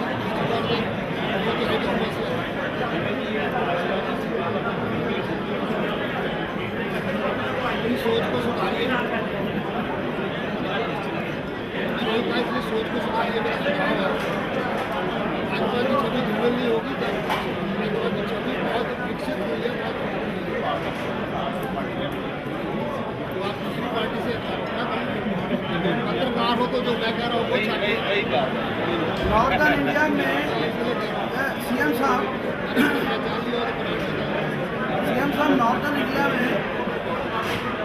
नॉर्दर्न इंडिया में बस एक्सीडेंट में हिमाचल का सबसे पहला नंबर है। ओवरलोडिंग होती है। हिमाचल ट्रांसपोर्ट की बसें और प्राइवेट बसें जो है, कोई महीना ऐसा खाली नहीं जाता कि वहाँ पर कोई एक्सीडेंट ना हो। इसके लिए कोई नई रूपरेखा, कोई नई योजना बनाने का प्रोग्राम? बस सर्विस बढ़ाने का प्रयास किया जा रहा है, लेकिन बसें जो ट्रांसपोर्ट कॉरपोरेशन की है उसकी संख्या कम है। प्राइवेट बस वाले कई बार लालच में ओवरलोड कर लेते हैं, इसीलिए आरटीओ को सस्पेंड किया है वहाँ पर और सबसे चेकिंग की जा रही है। लेकिन अगर टोटली बंद कर दे ओवरलोडिंग थोड़ी बहुत भी, और लोग ही प्रोटेस्ट करते हैं कि हमें सरकार से दूसरा जो कारण है, पहाड़ी राज्यों में फिर भी सबसे कम हमारे हैं बेस्ट सेफ्टी का फिर हमारा पुरस्कार रहा है। लेकिन कठिन पहाड़ी क्षेत्र होने के कारण, सड़कें हवादार होने के कारण कई बार एक्सीडेंट होते हैं। आपने ठीक कहा, भयंकर एक्सीडेंट भी होते हैं, और खास करके जो बाहर से ड्राइवर जाते हैं उनको ट्रेनिंग नहीं होती पहाड़ी ड्राइविंग की, उनको भी दिक्कत होती है। मोस्टली जो है वो स्टेट ट्रांसपोर्ट के स्टेट ट्रांसपोर्ट की प्राइवेट बस कोऑपरेटिव को अपने पास रखा है ताकि ग्रामीण क्षेत्र का विकास हो। 90% हमारी आबादी गाँव में रहती है। ये सड़क, शिक्षा, स्वास्थ्य ये हमारी प्रायोरिटीज नहीं है। हर गांव को सड़क से जोड़ा है। शिक्षा का हब हिमाचल विकसित हुआ है, और बाहर से बच्चे आके हिमाचल पढ़ रहे हैं, और इंटरेस्टिंगली बहुत सारे राज्यों के लोग आके हिमाचल के सरकारी हॉस्पिटल में इलाज करवा रहे हैं। एक नई अचीवमेंट है हमारी, और इस करके इन सब सुविधाओं के कारण हिमाचल प्रदेश का एग्रीकल्चर सोसाइटी में हमने अभी अमेंडमेंट कर दी है कि जैसे पंचायतों में 50% आरक्षण महिलाओं को दिया है, अब कोऑपरेटिव सोसाइटी में भी 33% आरक्षण महिलाओं को दिया है। ये FDI शुरू होने के खिलाफ FDI के लागू होने में सहमत FDI हम उसके खिलाफ हैं। छोटे दुकानदार का काम धंधा बंद हो जाएगा। अगर करियाना भी आके बाहर के लोग बेचेंगे तो हमारे लोग करेंगे क्या? महंगाई कमी नहीं आएगी कि FDI में मिडलमैन का प्रॉफिट कम होगा। मैं नहीं मानता। डायरेक्ट कंज्यूमर जो है तो मैं नहीं मानता। जब मोनोपोली होगी तो कीमतें मनमर्जी से वो बढ़ाएंगे। मल्टीनेशनल शुरू में आपको रिलीफ देंगे और उसके बाद एकदम बढ़ाएंगे, तब आप लाचार हो जाएंगे।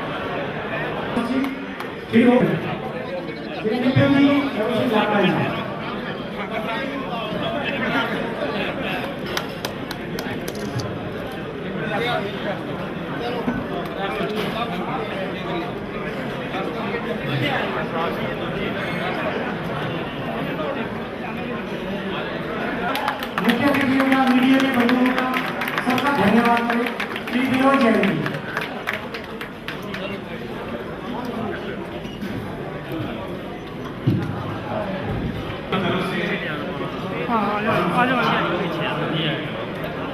Professor Prem Kumar ji Dhumal,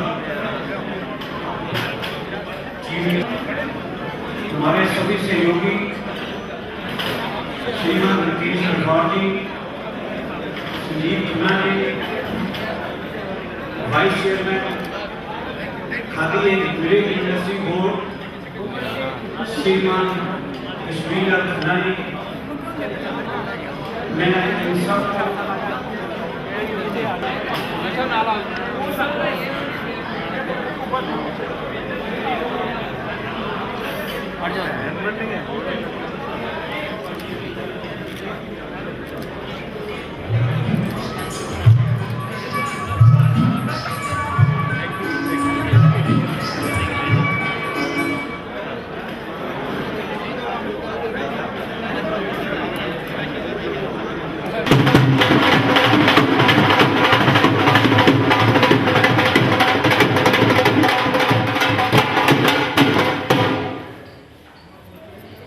Thank you.